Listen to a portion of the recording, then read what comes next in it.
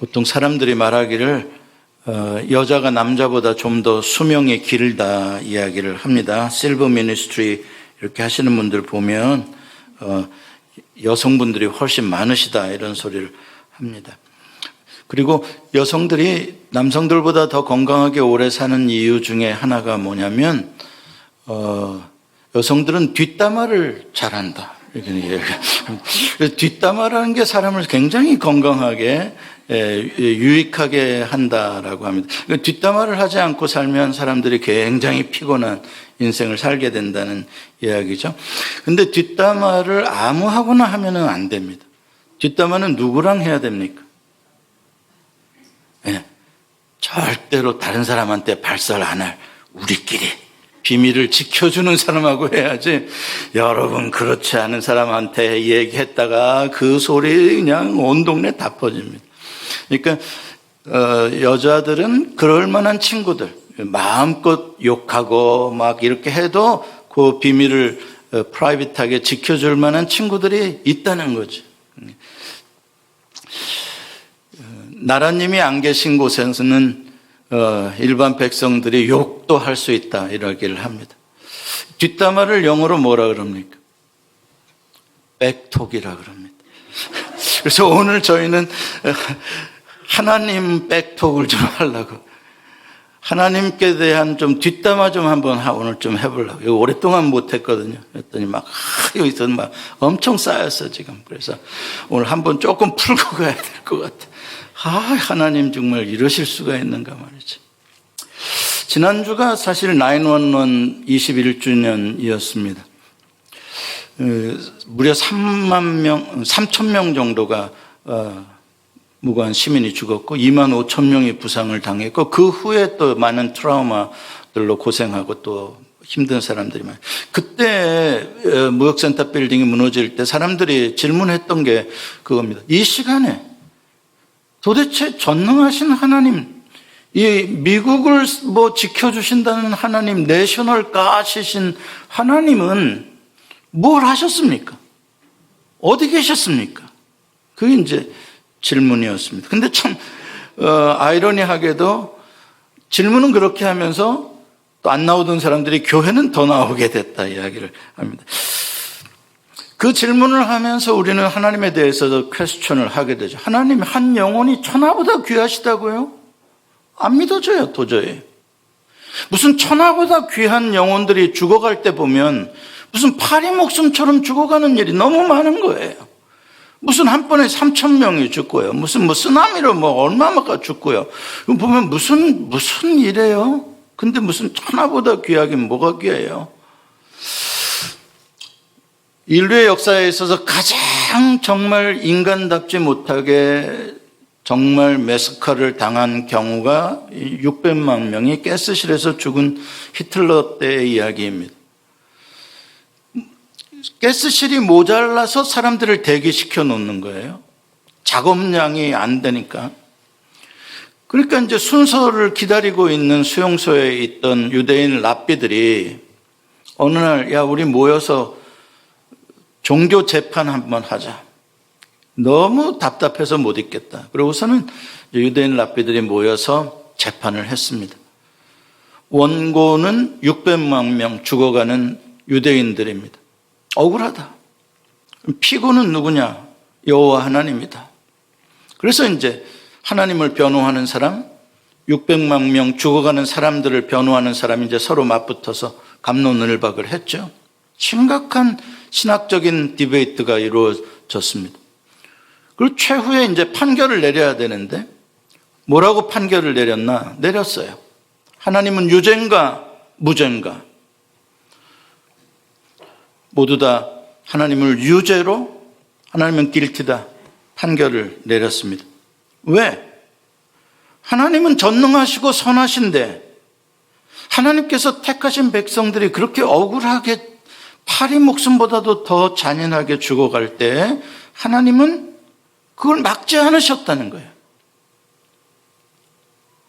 하나님은 아무것도 하지 않으셨고 방관하셨다는 거예요. 그건 언약에 대한 배신이요, 이 천지를 주관하시는 주권자가 자기의 해야 할 어떠한 책무를 다하지 않은 방임이다.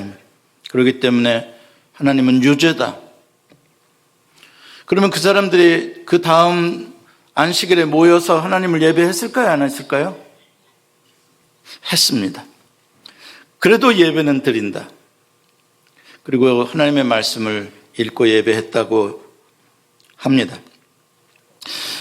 하나님을 재판한다라는 표현이 굉장히 우리에게 낯설게 들리지만 사실은 구약성경 욥기에 이미 그 옛날에 이미 기록이 된 내용입니다. 욥기는 좀 더 냉철하게 말하면 하나님에 대한 재판 기록이에요. 욥이 너무나 억울해서 하나님을 하늘 재판정에 호소했고 고소했고 오늘 본문에 보면 그 고소장을 쓰고 있는 거예요. 내가 이걸 쓰지 않을 수밖에 없는, 쓸 수밖에 없는 그러한 이유에 대해서 오늘 격정적으로 오늘 본문에 하소연을 하고 있어요. 11절 말씀 같이 한번 읽어볼까요? 시작. 그런즉 내가 내 입을 금하지 아니하고 내 영혼의 아픔 때문에 말하며 내 마음의 괴로움 때문에 불평하리이다. 이게 무슨 말이겠어요? 내 입이 금해지지가 않아. 입 다물라. 친구들은 이야기해요. 욥, 너 지금 아주 너 위험한 말을 하고 있어. 너 그 입 다물어. 난 못 다물겠다. 난 다물어지지가 않는다, 내 입이. 왜? 내 영혼이 너무 괴롭고 내 마음이 너무 아프다. 너무 힘들다. 그래서 내 입이 안 닫혀, 나는. 그 이야기입니다. 그러니까 이건 뭐냐면 이건 너무나 나의 생존이 걸려있는 원초적인 나의 존재에 대한 질문이야. 이거는 무슨 이성적으로 판단하고 뭐 할 정도가 아니야. 이거는 가장 본능적인 요구야. 영혼을 가진 한 인간으로서 내 존재의 의미를 걸고 하나님께 내가 물어봐야 되겠어. 그 이야기를. 그리고 12절부터 21절 1절 끝절까지 하나님께서 욥에게 무슨 잘못들을 행하셨는지에 대해서 쫙 나열을 합니다. 굉장히 요약한 거죠. 그 중에 많은 동사들이 있습니다. 하나님이 나에게 이렇게 하셨다. 하나님이 나에게 이렇게 하셨다. 그 중에 제가 다 말할 수는 없고 몇 가지만 한번 욥이 사용하고 있는 동사들을 찾아보니까 지키다, 놀라게 하다, 두렵게 하다, 크게 하다, 마음을 두다, 권징하다, 단련하다, 눈을 돌이키지 않다, 놓지 않다, 감찰하다, 관역 삼다, 찾다 하는 단어들이 대부분의 주류를 이룹니다. 사실 이런 단어들은 시편 8편이나 39편에 보면 하나님을 높이고 찬양하고 감사하는 이유로 쓰는 단어들입니다. 하나님이 나를 이렇게 지켜주십니다. 하나님이 나를 이렇게 크게 하셨습니다. 하나님이 나를 하나님의 마음에 두셨습니다. 하나님이 나를 권징하시고 단련해 주십니다. 나에게서 하나님이 눈을 돌이키지 않으십니다. 하나님이 나를 찾아주십니다. 어딜 가나 하나님이 나와 함께 하십니다. 이런 말들은 다 감사로 하나님의 은혜로 하나님께 영광 돌리는 찬양의 이유들입니다. 그런데 욥은 오늘 하나님을 고발하는 이유로서 그런 동사들을 쓰고 있습니다. 아주 나쁜 경험을 했다는 것이죠. 동일한 단어이지만 경험한 사람에 의해서 하나님의 영광과 감사드릴 것, 찬양할 이유로 경험한 사람이 있는가 하면 똑같은 동사이지만 하나님이 너무나 무섭고 하나님이 너무나 싫고 하나님께 너무나 화가 나는 경험을 하는 사람들도 있다는 사실입니다. 그러므로 욥은 하나님께 한 가지 마지막 소원을 아뢰고 있습니다. 간청합니다. 아예 그냥 몸부림치면서 하나님 이거 하나만 들어주십시오. 그게 뭔지 아십니까? 제발 나에게 관심 갖지 말아 주십시오. 그냥 나를 그냥 놔두십시오. 그냥 편하게 죽게 그냥 놔두세요. 내가 이것이 할 수 있는 나의 마지막 하나님께 요구하는 최선의 선택입니다. 내가 당신을 하늘 법정에 고소하는 걸 취하할 테니까 당신에 대해서 더 이상 따지지 않을 테니까 당신이 나한테 한 가지만 조건을 들어주면 내가 그렇게 할 테니까 그 한 가지 조건이 뭐냐? 나를 놔주시라는 거예요. 그것만큼은 들어줄만 하지 않느냐? 왜? 이미 처벌할 것 다 하지 않았습니까? 뺏어갈 재산 다 뺏어갔고 자녀들까지 다 가져가셨고 내 몸까지 다 병들어서 내가 이제 썩어져 곧 죽을 마당에 뭐 이제는 나를 좀 놔주실 만하지 않느냐? 못 놔주실 게 뭐가 있냐? 내가 뭐 다시 회복시켜 달라는 것도 아니고 그냥 나를 이대로 죽게만 내버려 달라는 거 그것도 못 하시겠냐? 왜 그것도 못하고 안 해주시고 째째하게 끝까지 이렇게 불쌍한 사람이 죽어가면서 조금만 편하게 죽게 해달라는데 침 삼킬 동안도 놔두질 않고 나를 괴롭히시냐? 욥의 말이 틀린 게 뭐가 있습니까? 앞으로 읽어도 맞고 뒤로 읽어도 맞습니다. 하나부터 열까지 다 맞아요. 욥은 하나님 때문에 그의 인생이 다 박살났습니다. 이제 욥에게 남은 것 한 가지가 있다면 죽는 겁니다. 지금 욥이 뭘 자기가 더 잃을까봐 하나님 앞에 벌벌 떨 일이 있습니까? 뭐 더 잃을까봐 조심할 게 뭐가 있겠습니까? 이미 인간으로서 모든 존엄성을 다 상실한 마당에 더 이상 뭘 얻겠다는 희망도 일도 없습니다. 그러니까 지극히 억울하게 존재의 가장 밑바닥까지 떨어지고 보니까 벌거벗고 보니까 내일 모레 죽을 거라고 정해져 놓고 보니까 하나님에 대한 생각이 달라지는 거예요. 관점이 달라지는 거예요.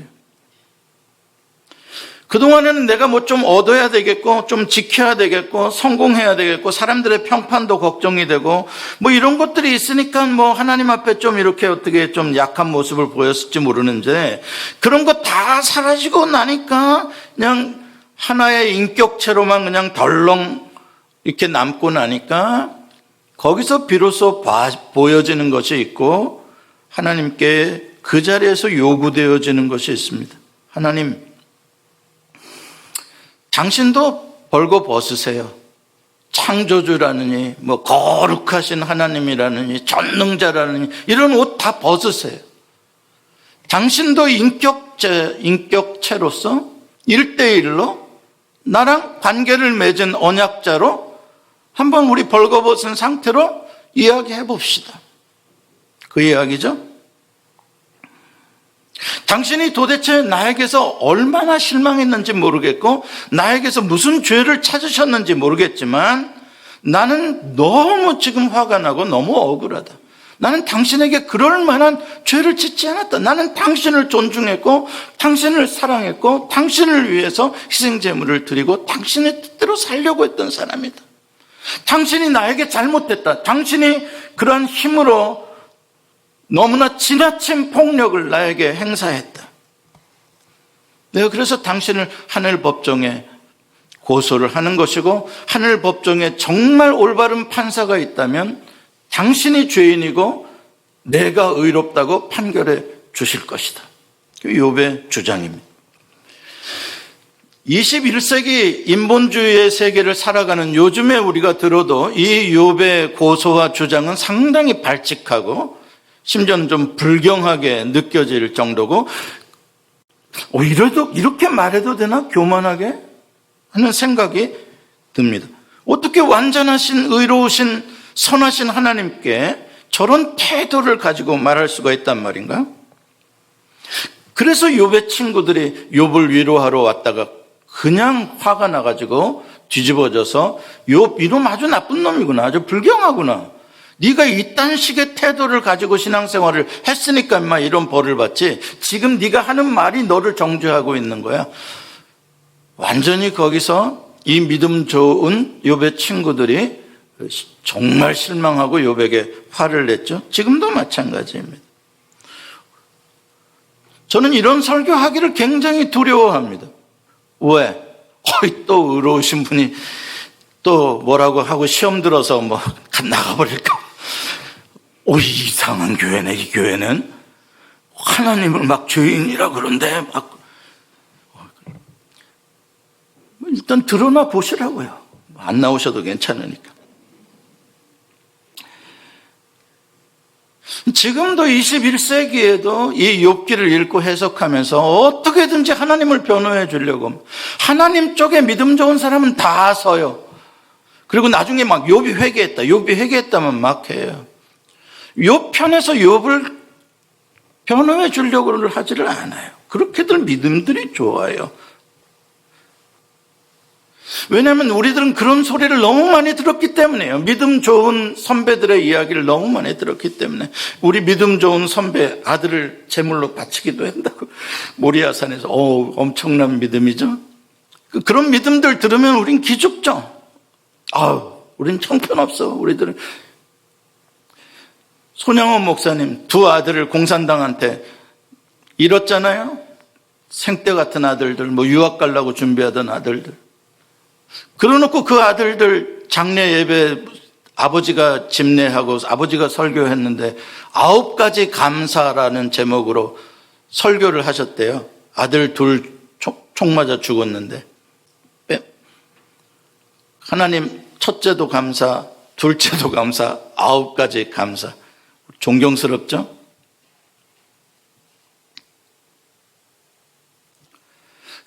그런 감사들 앞에서 우리는 완전히 여기 탁 막히죠. 감사가 어떻게 나오냐, 그게. 그걸 꼭 감사해야 되겠냐, 그 시간에. 많은 사람들 앞에서. 그 시간에 좀 아빠로서 난 좀 정말 화가 납니다. 하나님 이러실 수가 있습니까? 좀 한번 울어주면 안 되겠냐? 그거는 믿음이 없는 거냐? 물론 그럼에도 불구하고의 감사를 들으며 그런 고난 속에서도 하나님을 찬양하는 것에 대해서 폄훼하고 싶지 않아요. 그건 그분들의 아름다운 신앙이니까요.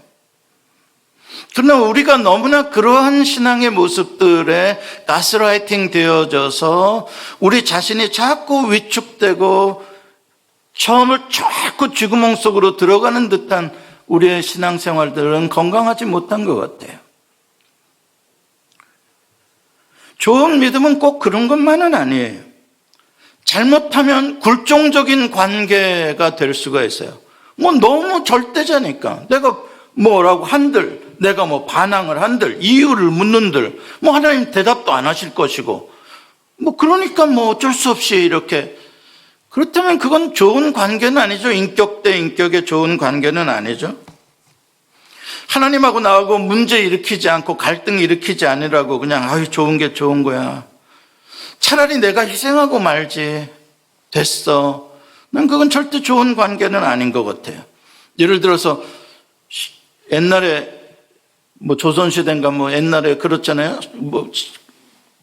시집 와가지고 귀머거리 봉어리 몇 년 남편이 너무 강압적으로 하니까 계속 굴종적으로 순종하고.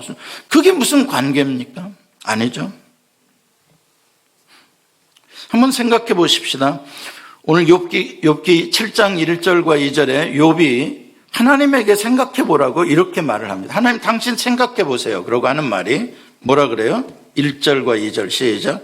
이 땅에 사는 인생에게 힘든 노동이 있지 아니하겠느냐? 그의 날이 품꾼의 날과 같지 아니하겠느냐? 종은 저녁 그늘을 몹시 바라고 품꾼은 그 삭슬 기다리나니. 이 땅에 사는 인생들을 보라 이 말이에요. 힘든 노동 날마다 하면서 살지 않냐? 하나님 보시지 않냐? 인간이 그렇게 대단하냐? 날마다 나가서 땅을 파야 되고 나가서 일을 해야 되고 품꾼처럼 그냥 조금 일한 것에 대해서 받아서 먹고 저녁에는 좀 집에 들어가서 좀 쉬는 걸 낙으로 삼고 그러고 살아가고 있지 않느냐? 일반 사람들을 봐라. 참 불쌍한 가련한 삶이 아니냐. 그토록 힘겹게 살아가는 인간들에게 전능자께서 그렇게 견디기 어려울 만큼의 고통을 주실 이유가 뭐가 있냐. 적어도 밤에는 잠을 좀 편하게 자게라도 해줘야 될 게 아니냐. 그것까지도 못할 정도로 고통을 주고 희망을 뺏어가시면 안 되지 않느냐. 그 이야기입니다. 이렇게 불쌍한 하루하루 그냥 먹고 사는 사람들이에요. 무슨 그렇게 나쁜 죄인들이에요? 뭘 죄를 여러분들이 지면 얼마나 져요. 나 가끔 신호 위반, 스탑사인 조금 위반, 좀 짓긴 짓죠. 근데 그렇다고 뭐 세상이 달라진 건 아니잖아요. 그렇다고 이렇게 모질게 대하실 것까지 뭐가 있어요? 인생은 고해라고 하는데 사는 것 자체가 힘든데 그냥 일반 사람들이 살면서 뭐 마지못해 뭐 거짓말 조금 한다든지 뭐 내 거 조금 더 챙긴다든지 뭐 그게 뭐 그리 대수고 그게 무슨 뭐 소도둑 놈이 뭐 아니 바늘도둑 놈이 소도둑 놈 되는 거고 뭐 작은 죄도 뭐 죽을 죄고 하나님 앞에서 모든 죄인은 다 죄인 죽을 수밖에 없는 죄인이고 꼭 굳이 그렇게 외우게 하셔야만 하겠습니까? 그 사소한 허물들이 뭐 그리 전능하신 하나님에게 대단한 일이나 된다고 하나님이 좀 덮으시고 하나님이 좀 다 이렇게 조정하실 수 있는 일이잖아요. 그 정도는 다 불쌍히 여기시면 그렇게 하잖아요. 우리들도 내 자식들 좀 이런저런 말썽 피우고 그런 거 매 시시콜콜 따집니까? 그냥 대충 넘어가기도 하고 덮어주기도 하고 엄마 아빠가 그냥 알아서 책임져 주기도 하고 그러듯이 좀 해주시면 안 됩니까? 인생이 화살보다 빠르게 지나간답니다. 하나님 그냥 좀 불쌍히 여겨주세요. 그냥 먼지 같은 인생들 흙으로 지음받아서 세균 하나에도 무슨 코비드 바이러스 하나에도 그냥 생태 같은 사람들도 죽어나가는 그 인간들 말이야. 그건 불쌍하잖아요. 그냥 좀 편하게 살다 죽도록 좀 놔두시면 안 되시나요? 그런 인간들이 거룩해지면 얼마나 거룩해지긴다고 시시콜콜 죄를 회개하라 드러내시고 또 때리시고 거룩하게 살라고 그토록 재촉하실 건 뭐가 있어요?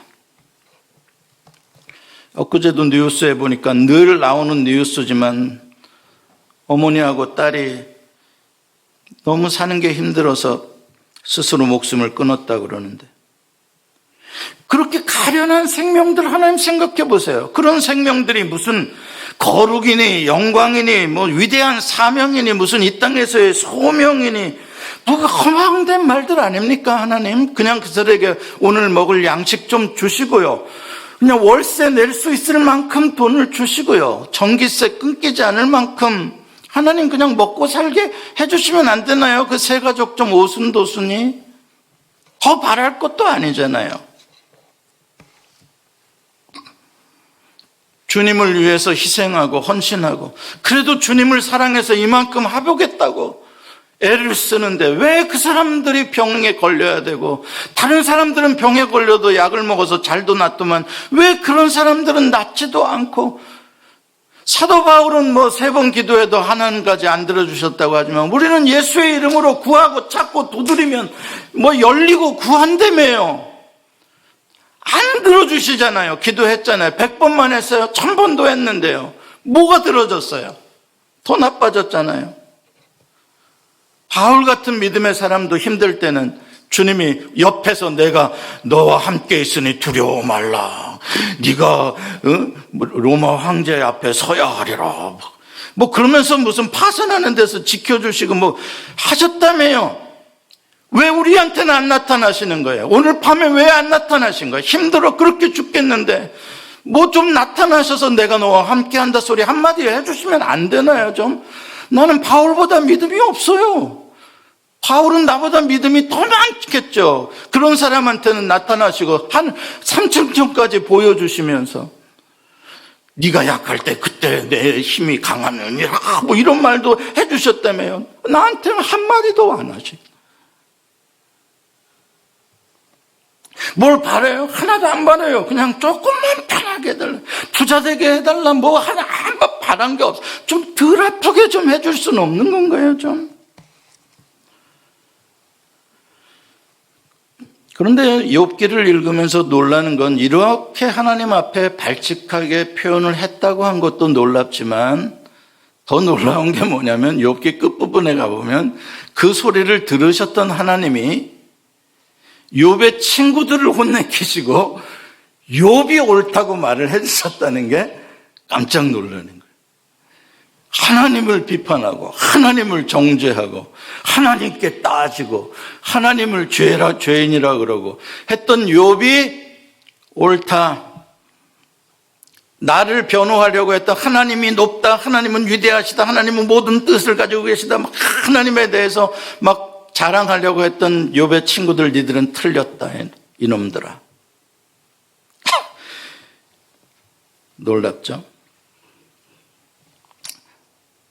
왜 그랬나 보면은 놀라운 건요, 욥은 그런 가운데서도 하나님과의 관계만은 끊지 않아요. 하나님과의 관계가 끊어질 것도 같은데 이 정도의 이유면, 이 정도의 화남이면, 속상함이면 하나님 또 끊을 것 같은데, 욥의 아내가 그랬잖아요. 하나님을 저주하고 욕하고 죽어라고. 그럴 것 같은데 욥은 말은 무지하게 많이 하는데도 하나님과의 관계는 안 끊어요. 왜 그럴까요? 여러분, 이게 진짜 믿음인 거예요. 이게 진짜 믿음인 거예요. 진짜 믿음은 어떤 상황에서도 관계를 유지하고 그 관계 속에 남아있는 거예요. 불평해도 좋고 화내도 좋고 따져도 좋고 다 좋아요. 그건 다 관계를 더 돈독히 하고 싶은, 더 이해하고 싶은 몸부림들인 것이죠. 하나님에 대해서 더 알아가고 싶은, 하나님 도저히 당신 이해되지 않는 부분들이 있어 라고 하는 하나님에 대한 관계의 발전 과정이죠. 마치 부부가 서로 알아가면서 싸우는 것과 같은 이치입니다. 부부싸움 했다고 이혼하기로 하면 1000번, 10,000번도 이혼하죠. 부부싸움을 1000번만 합니까? 10,000번만 합니까? 그런데 부부싸움은 칼로 물베기라 그러잖아요. 뭐예요? 예? 싸우지만 서로를 모르고 서로를 이해할 수 없고 화나게 하고, 그렇지만 우리는 이 관계 안에서 싸우는 거죠. 관계가 세이프할수록 싸우는 거예요. 관계가 세이프하지 않다고 여기면 약한 자가 굴종하기 시작합니다. 관계가 깨어질까 봐. 그런 과정을 통해서 뭐가 생기는 줄 아세요? 미운정이라는 게 생깁니다. 미운정이라는 걸 아세요? 지긋지긋해. 그런데 정 들었어. 미운정. 이 사람이 관계가 미운정이 들어야 이게 진짜가 되는 거예요. 우리와 하나님과의 관계도 미운정이 들어야 진짜인 거예요. 하나님이 나에게 고운정 드신 줄 아십니까? 아이고, 내가 그렇게 이뻐요?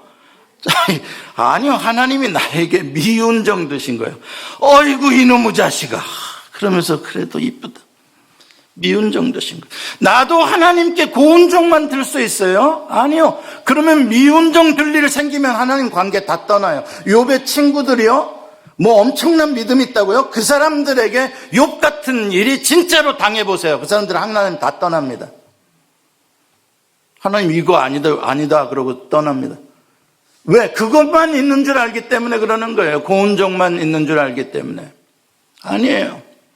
어떻게 나와 차원이 다른 하나님이 내가 그렇게 그분을 이해하기가 쉬워요?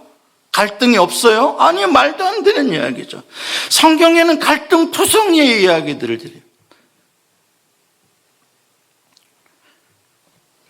그런 가운데에 우리가 더 단단히 묶여가는 것이죠.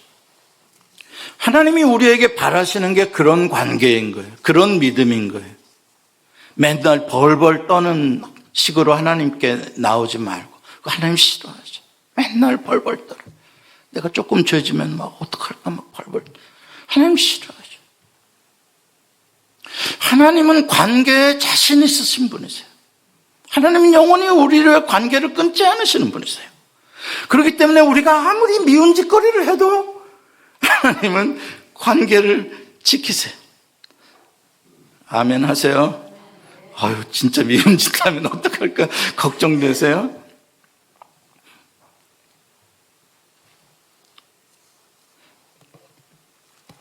욥은 자기가 아무리 고통을 당했어도 하나님과의 관계만은 떠날 수가 없었습니다. 하나님은 왜 그런 일을 행하시는지 설명하지 않아요. 왜 마귀가 있는지, 왜 마귀가 정죄하는 걸 하나님이 허용하시는지 하나도 설명하지 않아요. 지금도 마찬가지예요. 하나도 설명 안 하십니다. 왜 기도를 했는데도 응답이 없으신지 설명 안 하셔요. 그래도 뭐라 그래요? 기도하라 하셔요. 그래도 내가 들으리라, 또 크고 비밀한 걸 보이리라, 그래도 하셔요. 우린 양쪽을 다 믿어요. 기도해도 응답이 없는 것도 믿고 기도할 때 응답이 있는 것도 믿어요. 왜 하나님 이해하지 못하는데도 하나님을 떠날 수가 없냐? 왜냐하면 나는 그분과 존재적으로 이미 묶여버렸기 때문에. 묶여버렸어요. 이미 매여버렸어요. 내가 그분 안에 살고 있어요. 그러니까 나는 하나님밖에 없으니까 생명 있는 동안에 하나님이 전부인 거예요. 나의 존재의 전부. 하나님이 싫다고 내가 어디 갈 데도 없고 선택할 것도 없어요. 주님이 죽으라고 하시면 나는 죽을 수밖에 없어요. 저항하지 않아요. 받아들여요. 사나 죽으나 나는 주님의 것이고 주님께 매인 사람이에요. 그렇기 때문에 나는 주님과의 이 관계를 믿기 때문에 난 얼마든지 주님에 대해서 화날 때는 화난다고 말할 수 있어요. 자신 있어요. 우리는 그만큼 신뢰하는 관계예요. 사랑하는 성도 여러분, 저는 이빠른 말로 하나님을 늘 변호하려고 하지 않겠습니다. 여러분은 하나님의 선하심에 대해서 여러분 자신이 직접 따져보시고, 만약에 여러분의 인생에 있어서 하나님이 불의하게 행하시고 여러분들에게 폭력을 행하신 것 같다면 하나님께 대해서 화를 내시고 따지세요. 그리고 용서해 드릴 수 있으면 여러분들 용서해 드려요. 하나님, 내가 이번은 용서해 드릴게. 네, 이번 거는 넘어가요, 하나님. 다음엔 그렇게 하지 마시란 말이에요. 요번만 내가 참아주는 거예요.